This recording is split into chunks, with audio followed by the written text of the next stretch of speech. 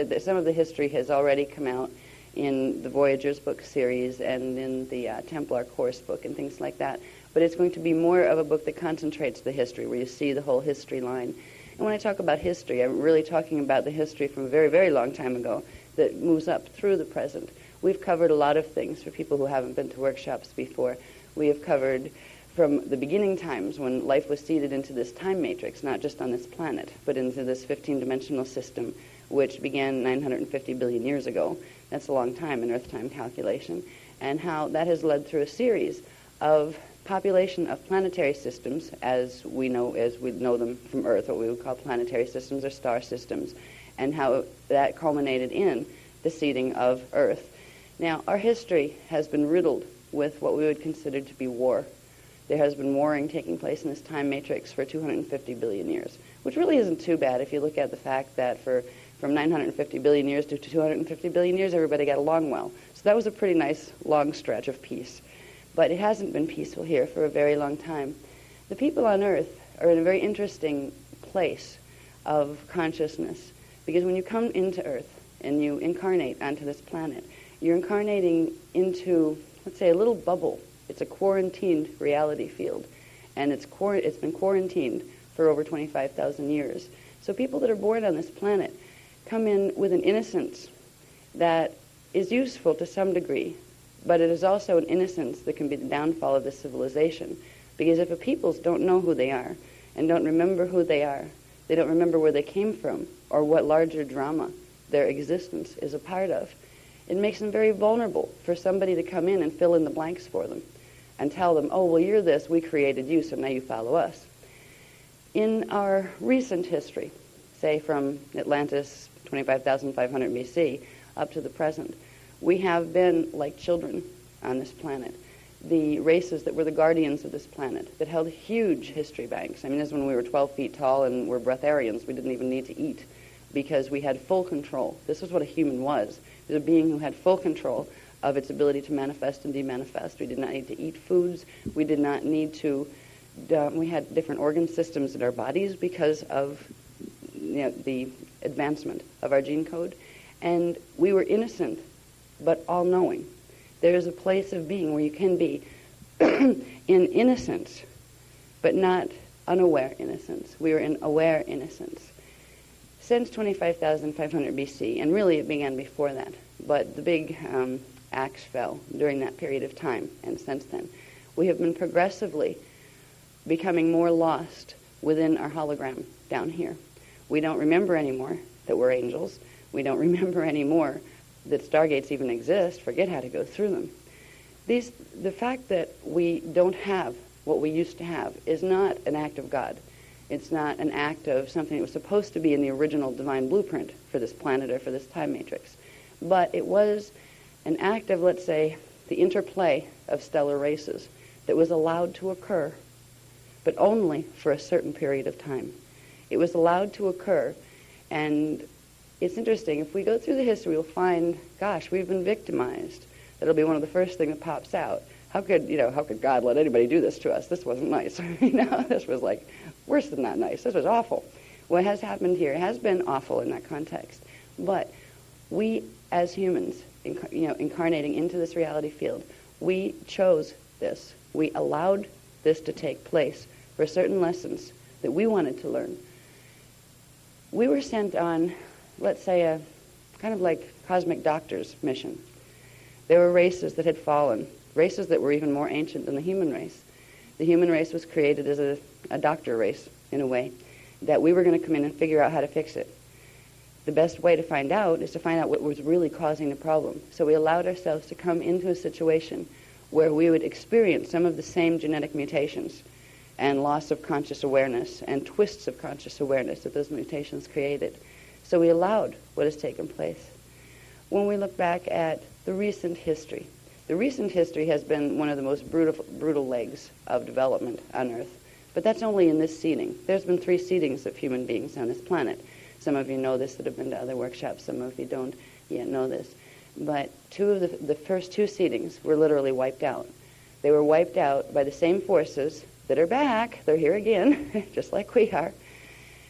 constantly this place has been under siege because it is a significant location within what's called the Universal Templar System. The Templar system refers to the organic Stargate system. The Stargate system is also the Ascension system, or the Descension system, whichever way you're coming, down or up. All right. The Stargate system is the system of, you could call them portals, stargates. They're frequency modulation zones between the highest frequency spaces before matter has any density, all the way down to the systems that have full dense matter. The Stargate system is what allows any of us to come into the densification of the hologram that we experience as three-dimensional reality. So the Stargate system, every reality field has a Stargate system, be it in this time matrix or in this cosmic cluster or in others. The Universal Templar is a small part, and we'll learn this in the Dance for Love program, where you start to see how our huge Templar is very small compared to the larger Templar that it's a part of when we get into the God World Templars. But our 15-dimensional system has 12 primary stargates that control the matter systems. They go from pre-matter density at D12 all the way down to where we are here in dimensions 1, 2, and 3. And then there are higher systems of gates that have to do with the God worlds. But ever since the Lyran Elohim Wars of 250 billion years ago, there has been a problem in this time matrix. There have been created a system of stargates that didn't belong here in the first place.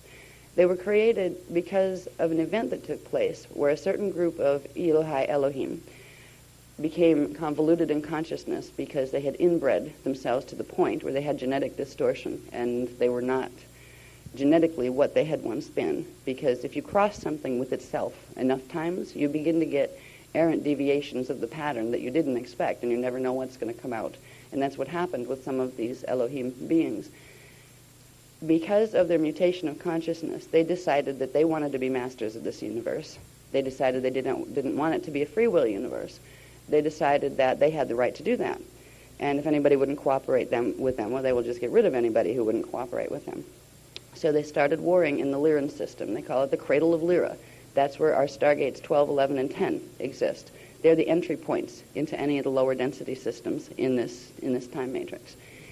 When these wars occurred, the Elohai Elohim High Council, which were the ones in charge of Stargate 12, they were the High Council that they were the closest ones to the Yanas, which are the Ascended Masters that are beyond being in the time matrix. They were commissioned as kind of the supervisory team to make sure everything went well in this particular time matrix, and they worked together with two other groups. You had the Elohai Elohim, the Seraphai Seraphim, and the Braharama races, and they had all agreed to something called the Emerald Covenant. The Emerald Covenant was a coevolution agreement that they would all agree to work a free will system here where we could explore the hologram and manifesting and creating in density. These were creator gods, parts of we were originally them. We got down here, but we were originally them. The Elohai Elohim, confronted with the problem of portions of their own race that had fallen to the point where they were beginning to war with the other races, they had also were watching this occur with the Seraphai Seraphim races. The Seraphai Seraphim races created avian life forms. They created reptilian and insectoid life forms. And some of theirs were also having the same problem, and they were fighting with the fallen Elohai Elohim. So there was a lot of conflict going on, and negotiations were tried to help these races re-evolve their genetic code so they could get their consciousness back so they could stop fighting with each other. But the Elohai Elohim decided to take they were called the Anu Elohim, that was one particular family of them, decided to take matters into their own hands. And if the Elohai High Council wasn't going to help them, then they would simply get rid of the Elohai High Council, and then they would go and get rid of the draconian races that they didn't want here either, and they'd play Masters of the Universe, and this would be their time matrix. And they attempted and succeeded in destroying Stargate 12. Now, Stargate 12 is in a planet called, or a star from here, called Aramatena Lyra. When you look up in the Lyran system here, it's what they call the double-double in Lyra. So that's like, on the star charts, they would call that the double-double. That was the area of Stargate 12. It was in that planetary system. When Stargate 12 was destroyed, there was a big problem for this time matrix because the 12th dimensional frequencies hold what's called the divine blueprint. That's the full mathematical program for everything that's to be manifest in this system is held in scalar wave form within the 12th dimensional frequencies. When Stargate 12 was destroyed, it was fragmented. Those scalar wave forms were fragmented and ripped apart. And part of them went into what's called reversal, which means if you have, let's say, a mathematical program that runs number 1 through 20, take that and flip it around, and you have 20 running through 1. All right, it's a lot more complicated than that, but it's the same concept of a reversal. The mathematical program was running reverse on part of this system. This creates what's called a black hole. As far as science goes, in our contemporary times and sci-fi and that kind of stuff, they talk about black holes. Science here doesn't know a lot about black holes or what they do. But black hole systems are literally systems that, if you think of a pair of nylon stockings, and you know how they get a hole in them, and then it starts to get runners all over the place, and then the hole eats the rest of the thing eventually, so you throw them away. Well, you can't throw time matrices away. But black holes work like that, that once a hole is poked in the natural fabric of the scalar wave form, the energy that has gone into that fragmentation begins to reassemble itself in chaotic fragmented form. So let's say you had an alphabet of what we call fire letters or scalar wave forms that created a very beautiful, ordered type of universe where things worked well. And you rip those apart, and you get alphabet soup, and you throw half of the alphabet soup over this way and half over this way. The one that got thrown over this way became the black hole system, and it reordered itself on an unnatural mathematical program.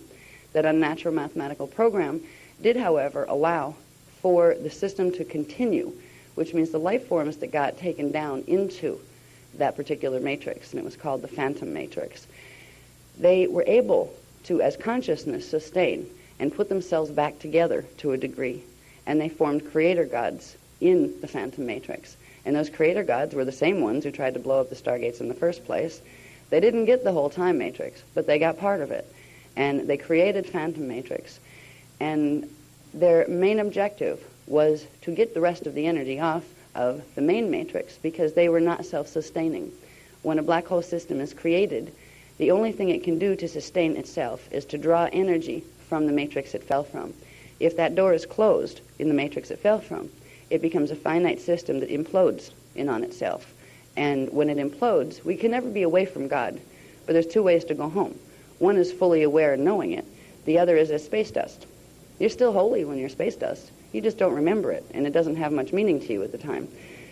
So the system called the phantom matrix, which is the beginning of the plight of war in this time matrix, is a system that is structured. They have matter like we do now, because since the Lyran Wars, since the black hole was created, they have progressively found ways to artificially order the energy that they could suck into their system. They have pulled planets into their system. They have pulled galaxies into their system from this time matrix. We're in the middle of a very long drama. We're in the middle of the end of a very long drama. Because for many, many billions of years, there's been a rescue mission going on here trying to get races to evolve back out of the phantom matrix, back out of the black hole system, so they can get their Christic imprint back. The Christic imprint belongs to everybody, not just Christians.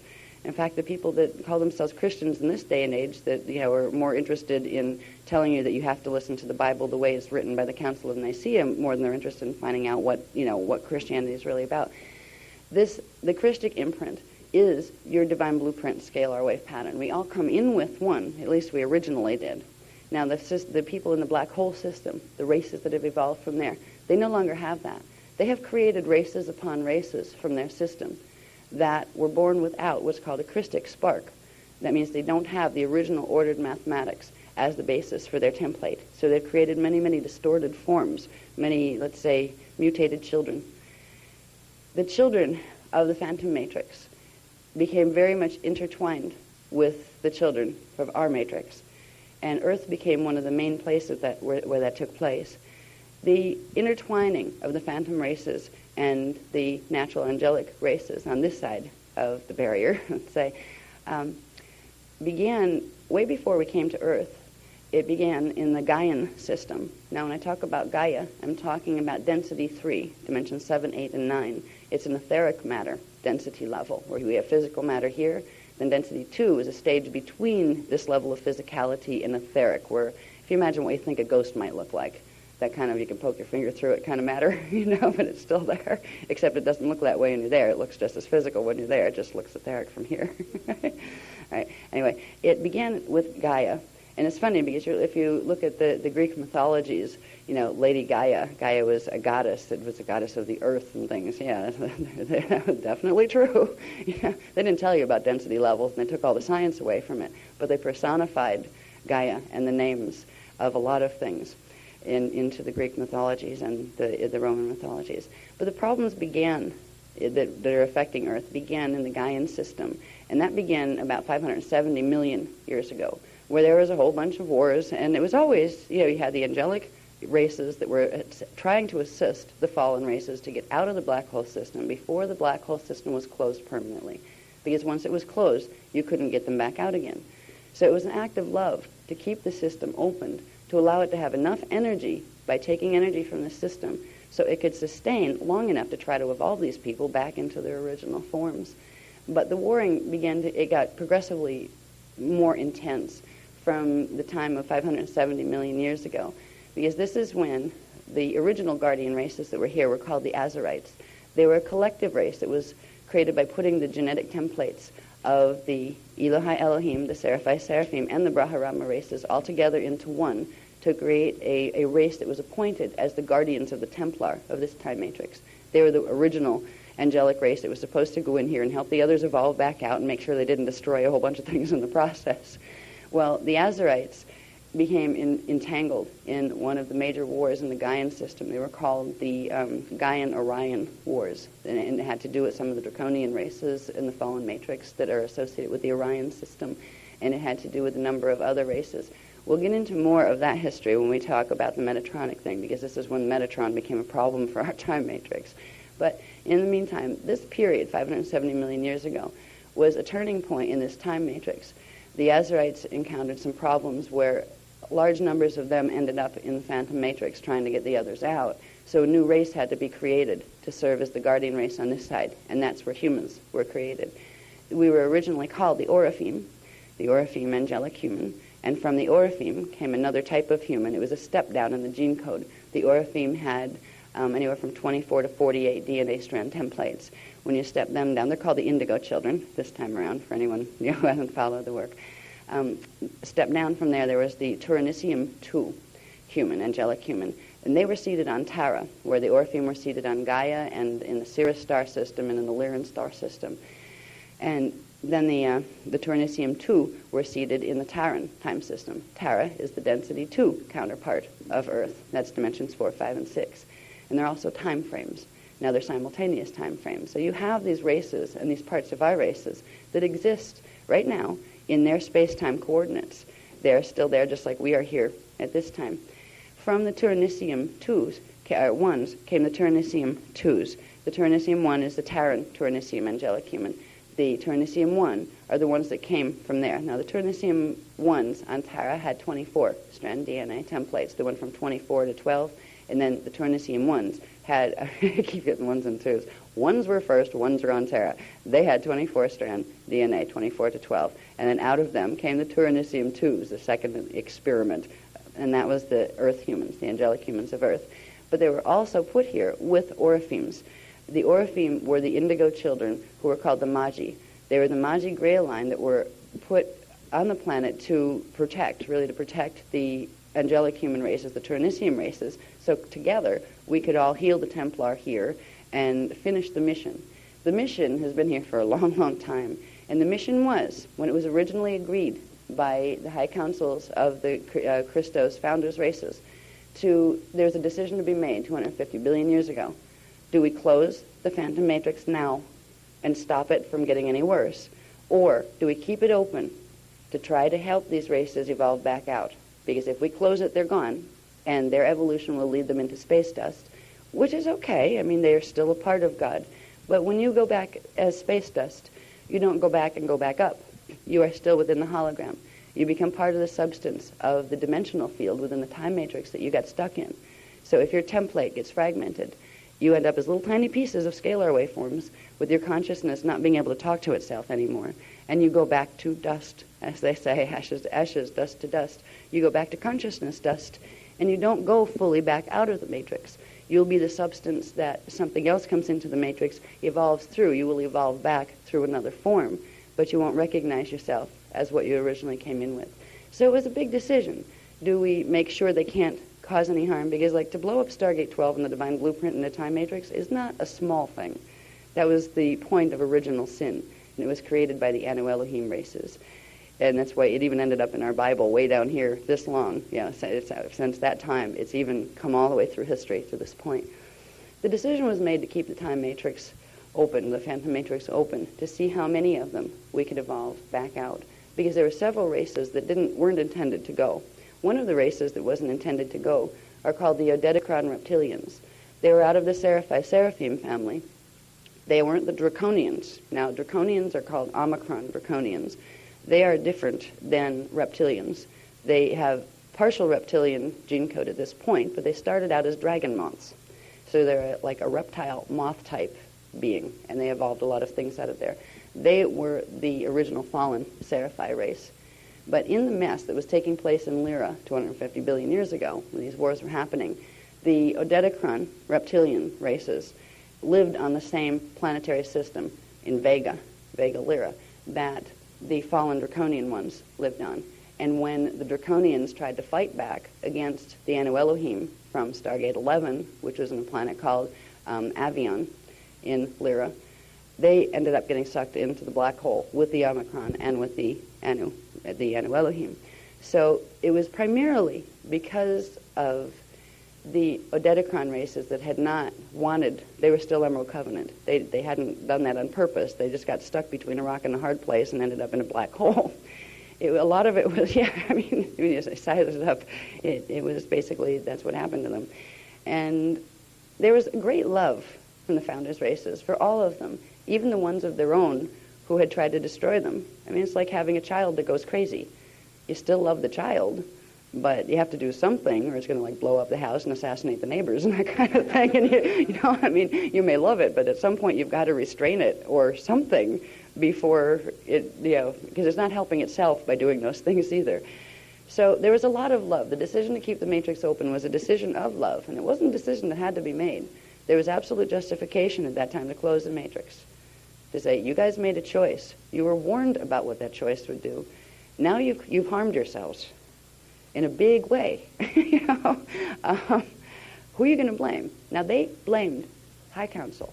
Well, if you had destroyed the Draconians like we asked you to, we wouldn't have had to blow up your Stargate, right? This is the mentality. What's scary, did you ever listen to, lately, the conflict in the Middle East? Did you ever hear these people debate each other on TV when they have the representatives of the Palestinian side and the representatives of the Israeli side? Some of them carry that attitude, it's like, well, you made me do it. I have to go keep blowing people up because you make me do it. It's like, wait a minute, who's going to take some accountability for your own actions here? The whole argument goes way, way back. There are races all over this 15-dimensional matrix and phantom matrix that have these attitude problems where they don't want any responsibility for their choices. So they blame, and if you can blame somebody, then you've made a target for yourself. So you don't have to grow. You have to go and pick on them and try to suck their energy and mess them up, and then you feel vindicated.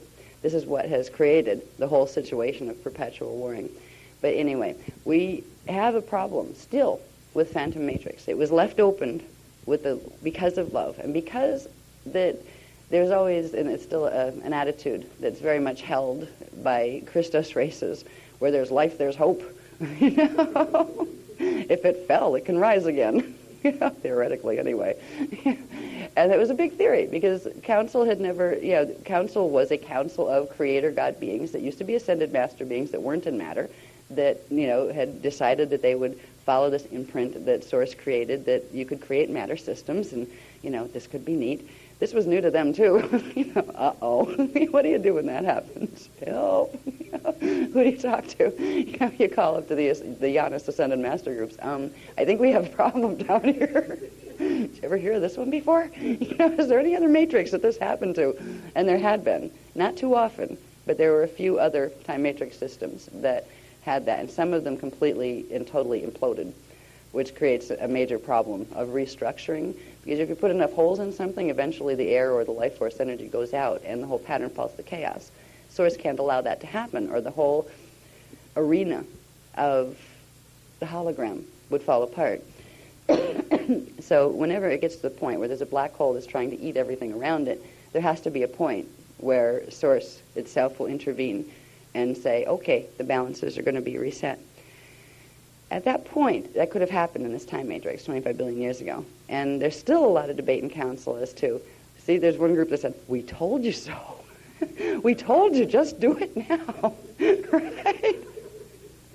When there's the other group, there's the other group of bleeding hearts. Oh, but where there's life, there's hope. Yeah, I guess who was on that team? It's really funny. The reason I use the word light, love, and clueless a lot is because I spend a lot of my existence in the last 500 billion years in the light, love, and clueless space, which means, oh, if there's life, there's hope. Love it. Love it enough and it'll come back. Love it enough and it won't destroy you. Love it enough and it'll become good, even if it doesn't want to be. No, it won't. So there's a whole group of council right now that kind of sits up there and goes, well, we don't like to say we told you so. We understand the love that you guys were coming from. And because it's a free will system, we honored your wishes. Happy now? Can we finish it now? The finishing has to do with simply resetting the divine blueprint completely. And that means opening the God world gates and allowing the frequency to come through that will put the regular mathematics back here that originally came here. But at this point, I mean, we should have done it before. When I look back and say, I was on that council, I was like, oh, dear, I really should have gone the other way. But it seemed so heartless. It seemed like, well, you have this handful of fallen angelic races that used to be our brothers and sisters. We love them. We don't want to abandon them. Might have been put them out of their misery, and us too. Because right now, you not only have the original groups, you have billions of races that they've created. You have billions of hybrid races that they've created by coming through to this side and finding out ways to use artificial genetic engineering to combine the life forms from here with the life forms from there. We have allowed a mess to occur. And we had the greatest intentions in doing so. It was the intentions of love, and yes, you can heal it. We didn't know any better. You would think, theoretically, that whatever it is, if God made it and God let it get broke, then God could fix it. Right? Well, some things, because of the order of the way the universe works, just the mathematics, the physics that are needed to create the hologram, some things are more easy to accomplish than others. Now, you can, if we did not have a free will time matrix here, if we wouldn't have been nullifying our own point by saying, okay, we're going to make them get better. Right? We're going to go in there, wipe their memory clean, put them back together, and then drag them out by the bootstraps. Right? Now, that's more like the things they like to do, those kind of things. That would have been a violation of the free will of those who chose to take that path. So we had to find ways of re-education and of assisting them with what's called bioregenesis, DNA template regenesis. Because if you have your DNA template shattered and you don't have a D12 imprint anymore, the concept of Christ consciousness means nothing to you. It's like a language you've never heard before. You can't feel the unity vibration that comes from the D12 pattern. You can go and kill something and say, oh, that's neat. Wow, look at that when it dies. Wow, look at that. So that's what happens, and feel nothing. The beings in the phantom matrix don't feel in the same way that beings on this side do. The ones who have crossed between the hybrid people have a little bit of each, which is even harder, because it's like having a demon that lives inside of you, an angel and a demon at the same time, where the angel feels, but it doesn't quite understand what it's doing, and the demon comes through and says, oh, I want to do that, whack. And it goes smacking things and, hurting things, and the other part says, oh, should I maybe feel bad there? So we're in the middle of this, middle of the end of a drama that has a huge history attached. The history in terms of our planet itself is long and exhausting enough. We've brought a lot of that through, and a lot of that's going to go in the Forbidden Testaments of Revelation. Because when you see the history, you kind of go, oh my God. Oh, that's what they didn't tell us in history class in school. It gives you a whole different perspective on what's taking place. Right now we can watch the TV and look at the Palestinian-Israeli drama. We can look at the dramas that are happening in Africa or happening in Argentina. I mean, people all over the place have always been fighting on this planet. this is not natural. This is not normal, but it's become how things usually go in this time matrix. What we have no memory about anymore is realizing, oh, when you watch the situation on TV, oh yeah, they're the ones that they're working the Drac agenda, and okay, these guys are working the Anunnaki agenda. They always hated each other. Of course they're fighting. We look at people, and we call them humans, and we say they're fighting because they can't figure out how to like each other. And of course, where there's life, there's hope. Somewhere there must be a way to get them to like each other. Maybe build a wall between them for a while, and eventually they can learn to not hate each other's guts. Yeah, they're going to try that probably in the Middle East. Bless them. They'll have holes in the wall after a while, just like we had holes in the wall we put between here and the Phantom Matrix. We're on a planet that has, it's like, anybody ever see Star Wars and the Star Wars bar scene? Where they had like things of all sorts hanging out at the bar. Right? It was classic, because there's a point in time when you start to get your eyesight back, your ancient eyes start to really open, where you walk into a room and you realize we're walking on, this is like the Star Wars bar planet. Things wear human masks here, and what's scary is a lot of us wouldn't know. I'm like, gee, am I human? Now that I think about it, I never asked myself that question, right? Like, if I took off my human mask, would I be an Orifeme, which is what an Orifeme or a Ternicium? Would I be a human, or am I something else? We're taught here to amalgamate the concept of humanity as one race that's bipedal and it kind of looks like this, and it's all one thing and always was. That isn't the way it is here. We all have, we may be of different races, that's fine. There's a lot of Lyran Syrians running around right now. If Orifeme put on their full clothing, they'd be like 12 feet tall and look very, very different, and they'd be considered pretty strange compared to most people. Like we'd look pretty weird. So would most of you. I can see it if like they remove the stuff in the grids that are keeping the gene code here, and everybody within a week morphed back into their original self. You wouldn't have enough psychiatric wards, because you'd walk into the bathroom in the morning to wash your face and go, ah! And everybody would be doing that everywhere with each other and themselves. But the truth is, right now, we're wearing a mask of humanity. All of us are. And on the surface, you can't tell who's from where or what their agenda is. But in truth, all of the agendas that we're seeing running, all of the things that are happening in our daily lives now that are going to become more and more in our faces as we go through the next 10-year period, these are all about politics that have to do with three primary groups. One are the Omicron Draconians, another are the Anunnaki or Anu Elohim races, and the third one, and they're pretty much the ones that are most overlooked, are the Guardian races. They figured they had us neutralized a long time ago, so there's not enough of us on the planet to cause a problem. So the fight that's happening right now, that we're watching evolve right now, has to do with a very ancient battle, a battle that was scripted in Atlantis to take place, but it was put on hold because of a stalemate with the stellar activation cycle there. It's a battle of dominion between the Anu Elohim forces and who are working those agendas, and the ones who are working the Draconian agendas. There's a third player in this, but they've always kind of been a part of it, and we'll talk about them when we get into the Metatronic thing. They're called the Wysadek races. They were from a different black hole system, and they joined forces with the ones from Phantom. So we'll talk about them more.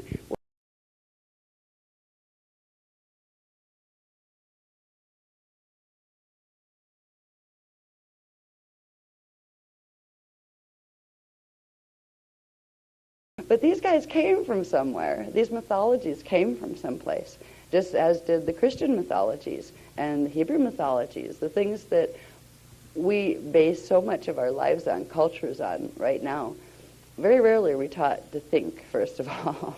We're taught to absorb information as it's presented to you and follow it, period. And as long as you behave, you'll be socially acceptable, you might be able to have a job, and at least if you're in a more developed country, you'll be able to eat, have a home, and have a functional little, probably meaningless, but at least you'll be able to occupy yourself life. This is what we're taught. We are not taught to sit in history class and they say, yes, the pyramids were built by many people dragging very large rocks up ramps. You're not taught to think, wait a minute, how many people did it take to do that? And you're definitely not taught to think, well, gee, are you sure they did it that way? Maybe they levitated them. You're not allowed to think. We're not taught to think here. We're taught to regurgitate history and basic things that make us functional, like math and science, and things that we can be put to work as good little soldiers. And we're happy because we think we're free, or, well, at least in America and in the free countries, we have that, and even the other countries don't even have that. But we're not taught to look deeper into what's happened here. If we look at our history, and what we're told is the way history has unfolded, you would not believe the holes in these stories. If you look at the line of history, oh yeah, these guys came from here, we think they came from over there, and then they raided these guys, and they became these guys. It's like, oh really? Where'd they come from? I don't know. We think they came from over there. Well, it might have been over here. Who knows, right? And then, of course, you go back to Darwin, and it's like, where'd we come from? I don't know. First we thought they might have been apes. Now we think we might have come from fish. I don't know. We're not really sure either. But it's this way. They don't have the answers. They have guesswork. They have pieces of things they found from the past that they try to put together and make a puzzle out of to tell us what our life is about, where we came from. And we are told to simply accept that this guesswork are the facts that you're going to build your life on. And if you don't, there's something wrong with you. You know? The history here is much longer and much more intense than anything we have encountered. When they've been giving us progressively the history over the last 3 years, I've hit points of overwhelm where it is that I don't want to know anymore. Enough. You know, the stuff in Lyra, that was enough. You know, at least that's a long time ago and far, far away. But when you start to bring it into Atlantis, this is where it got really touchy for me, because there's a lot of pain still wrapped around it. There's a lot of us here. If we're here now, it's because we were here during the Atlantean period. There's nothing new on this planet. It's all been recycling because it couldn't get out of here because of what happened in Atlantis. So there's a history that took place primarily from 25,500 BC forward. That's what's directly affecting us now. There were other things that affected us before that. There were 2 extinctions of the human races on Earth because of war with the Anunnaki races primarily. And it's really funny. If you look at the New Age movement, one of the things that you'll find is any of them that acknowledge that there's other races, they acknowledge there's Anunnaki, and they acknowledge that there's draconian-type races. The Anunnaki always make the Dracs out to be the bad guys. And they're the good little saviors that'll come in. They're the ascended masters that'll come in and help you. Just give your power here. They're the ones that have learned the art of seduction. They've learned that you get more flies with honey than you do with vinegar. So they give you whatever it is you might want. And they do it in a loving, soft, melodic voice. And usually with very pretty faces. And they'll heal your little thingy that might be wrong. And they'll help. They'll even promise you lottery tickets, but very, very rarely will they deliver on those. These guys are the ones coming from the Anu Elohim, or the ones coming from the races that interbred with the other races, from the fallen matrix, the other fallen time matrix, the Wesadite matrix. We're in the middle of a con job that's unbelievable. If we get to a point where we think, oh my God, there actually might be these other factions of life forms out there. You have the people of the ET movement, or they know things are flying around the skies. I mean, there's enough stuff on video at this point. Like, we're all making it up? I don't think so. But they're the ones that, like, they're saying, oh, what is this? They watch the New Age guys who are often like white robes dancing around in circles, which they do have a reason for dancing around in circles, at least we know that. But there's this whole division happening between these people. Each side thinks the other's totally wacky. That neutralizes both sides, and meanwhile you have mainstream people walking around in a total daze, where none of it's real. We know that. I mean, didn't you read Darwin's book? You know, didn't you read this? Didn't you read that? Yeah, we read it and we don't like it. You know, the history is coming toward us whether we want it or not. The past is coming back. Atlantis is rising, and we're walking around in the middle of it. There was a whole series of events that took place between 25,500 BC and, let's say, 100 years ago. There was a script that was step by step enacted. It was a script that came out of an agreement called the Luciferian Covenant. The Luciferian Covenant was an agreement that involved some of the hybrid races. I won't go into the story of the Leviathan races right now. I've covered that in other workshop material. But it was a hybrid experiment that was to help the fallen races. They got in here through hybridization because we let them, because where there's life, there's hope. That's what it does, shoot the horses, don't they? Yes, that was a dumb thing to do. But they're allowed in. And there's lots of them running around the planet right now. And most of them don't know that they're that. So they're just as innocent and clueless as the rest of us, right? So you can't blame them for it. But anyway, we're in a situation of history that has evolved through some significant periods. If we go to the history of this area This area has been like a combat zone for ages and ages because there's a lot of connections here to Stargate 5, which is a gate connection directly to Tara in Density 2. And there's also other things here. There's control grids that have been put in here, particularly in 22,326 BC. The turnstiles have been concentrated in these areas of what used to be Ionia. There's also a bunch of them up in England, which used to be Lohas Atlantis.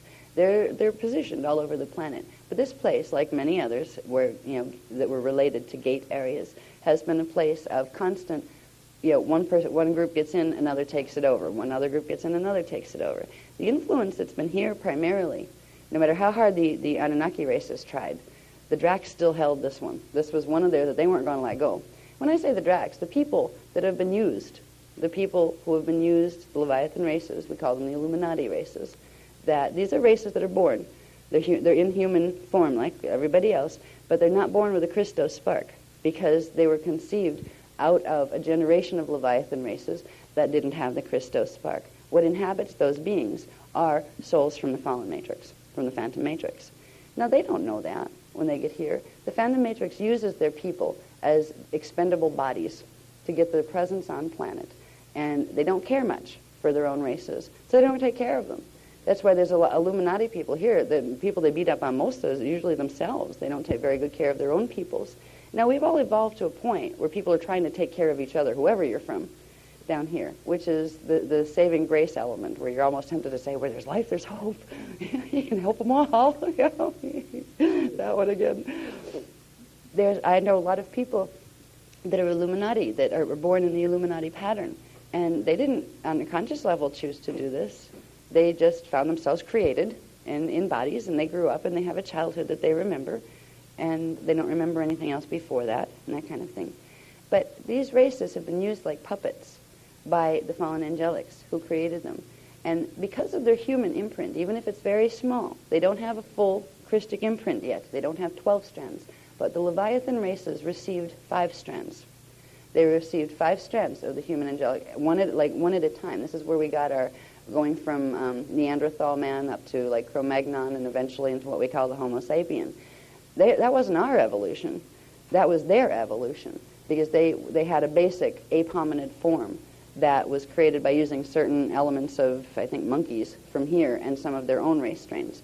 And we took that form, when they entered the Emerald Covenant, that form was used to begin splicing in, little bit at a time, the strand templates from the angelic human race to give them the ability to evolve into a form they'd never had before, but a form that would allow them to eventually, if they could regenerate 5 strands over many generations, they could then leave here. This 5th strand activation would allow them to go through the stargates here to get to Density 2. You could get them off Earth, get them out of here already, because they had been causing problems here. It was because of those races that the human race fell twice here and was destroyed and had to be reseeded.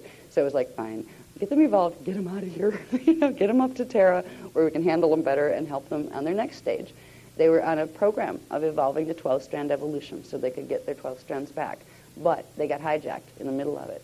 The races that they had originally incarnated out of, it was like there was a rebellion in Phantom Matrix. A whole bunch of races, fallen races, decided they didn't want to be fallen anymore.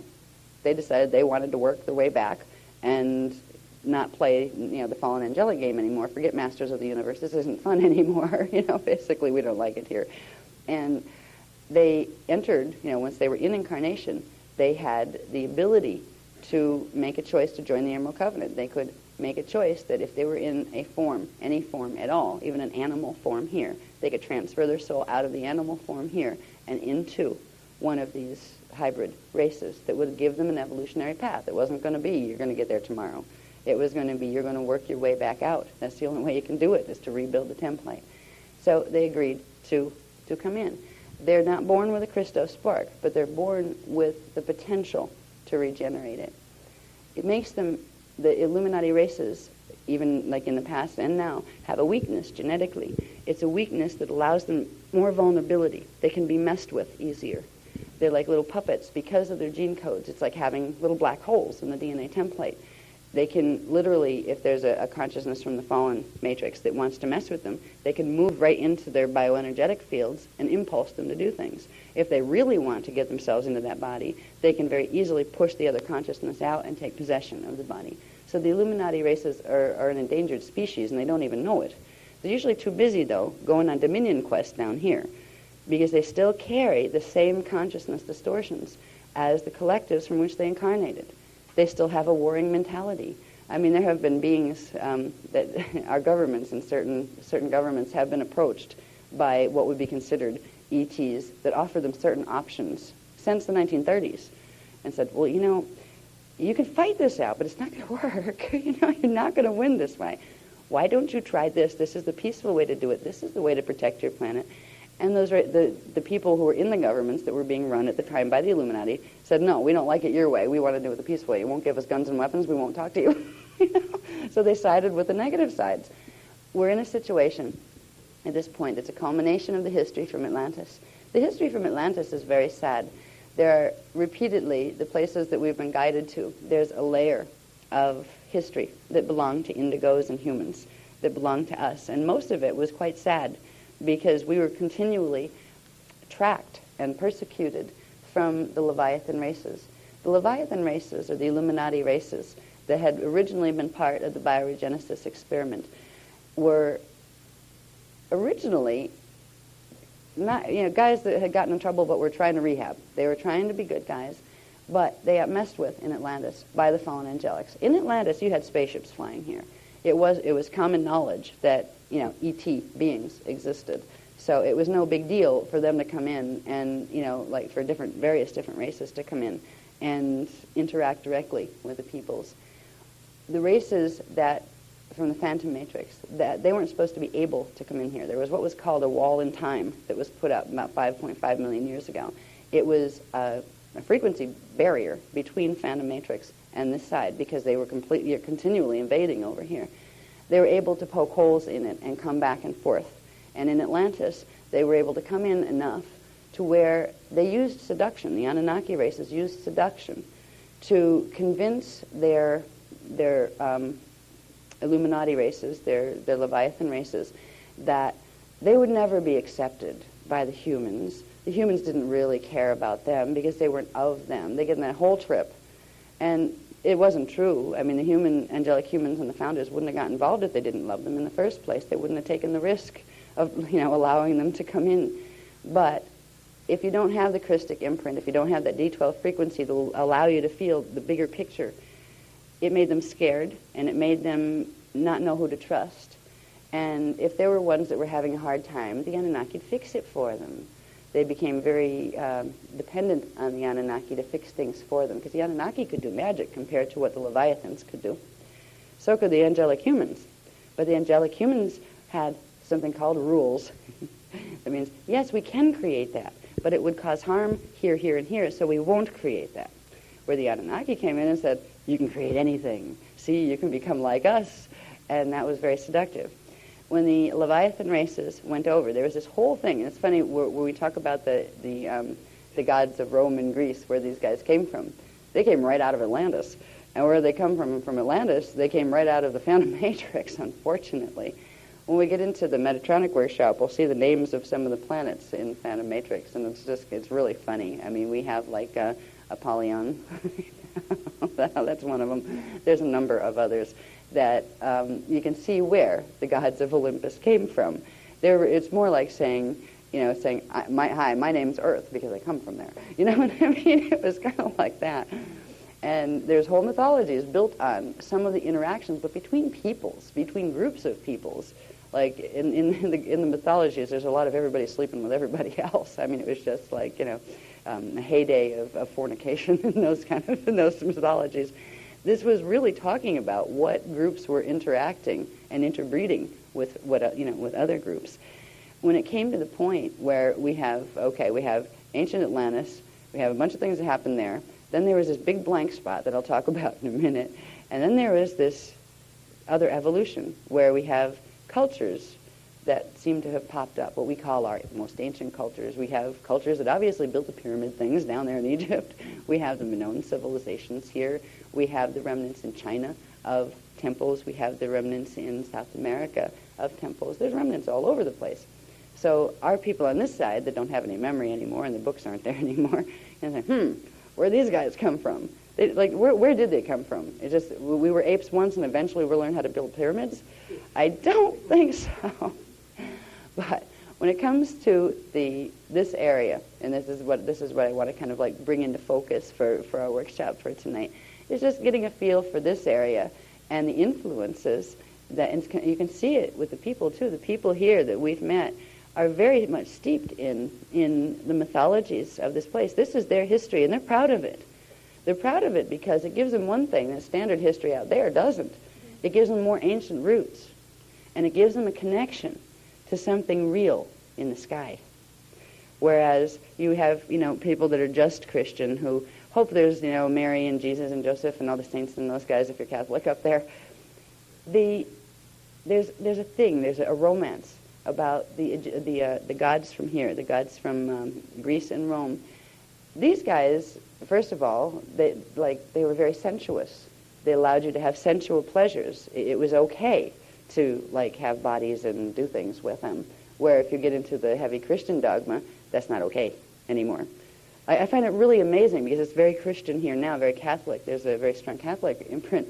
But you also see statues of men naked standing in the lobbies of hotels. And that's for an American, that's kind of oh, you kind of chuckle over your shoulder, oh,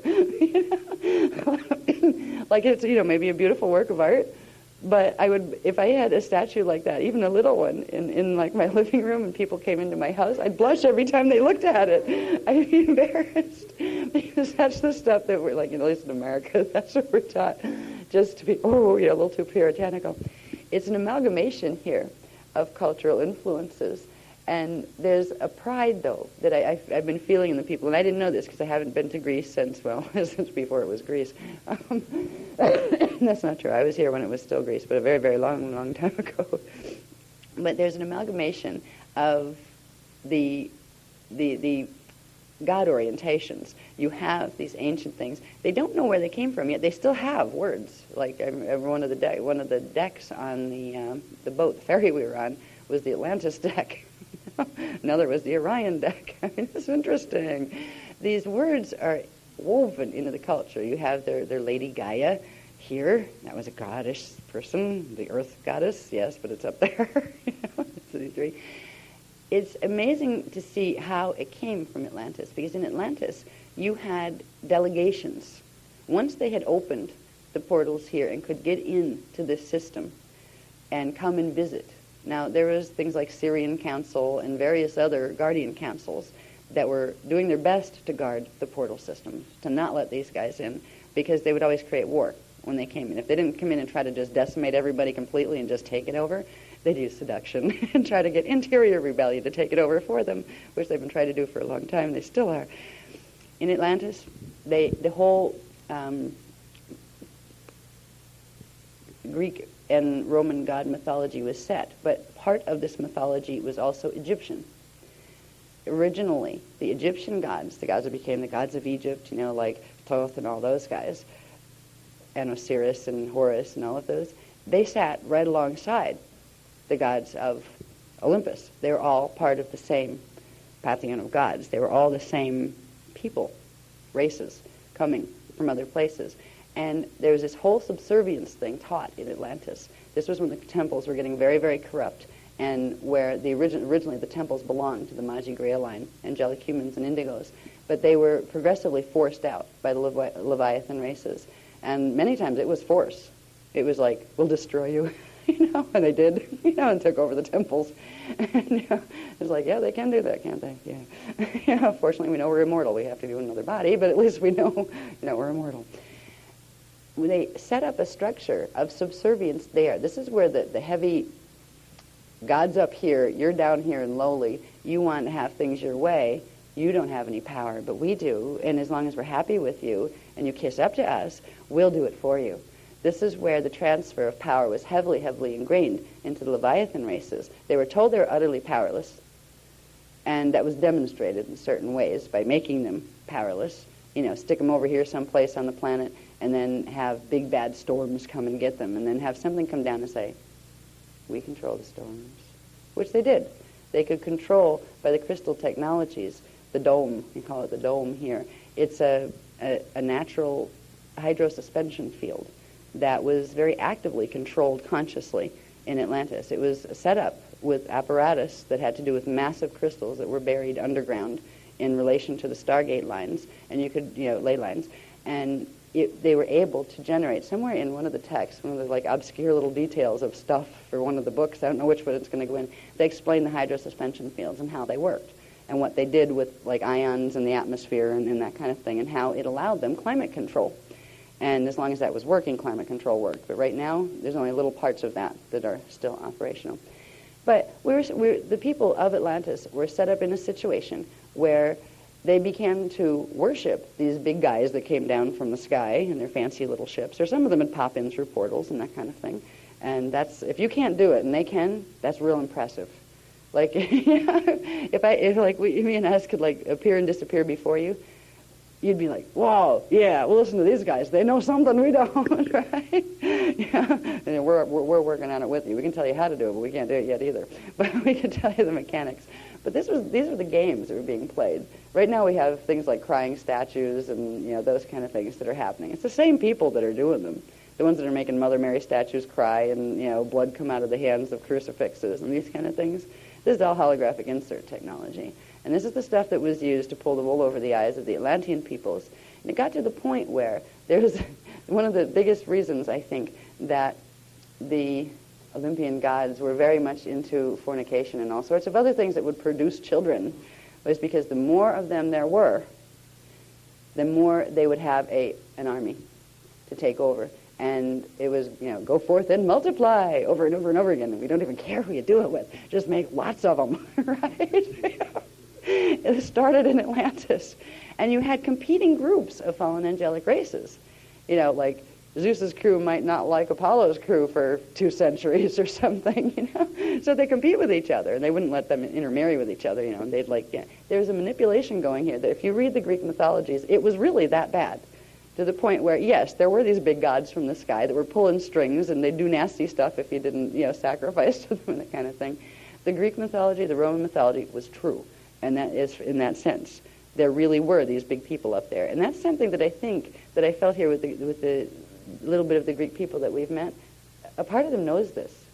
They know there is a truth to those stories, where in America it's like, oh yeah, the Greek mythology stuff, It's it's neat, it's romance, it's fairy tale, that kind of thing. These guys know it wasn't a fairy tale. They know there was some substance to it. That substance became mythology after a key moment in time.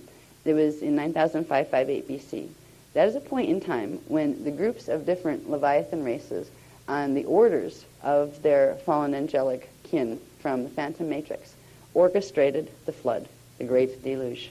That was the Great House Cleaning, period. There was a couple of times from that point going up further to 3470 BC. This was another point in time that there was a significant thing that happened that led to what we call the cultures here, the Minoan culture. This is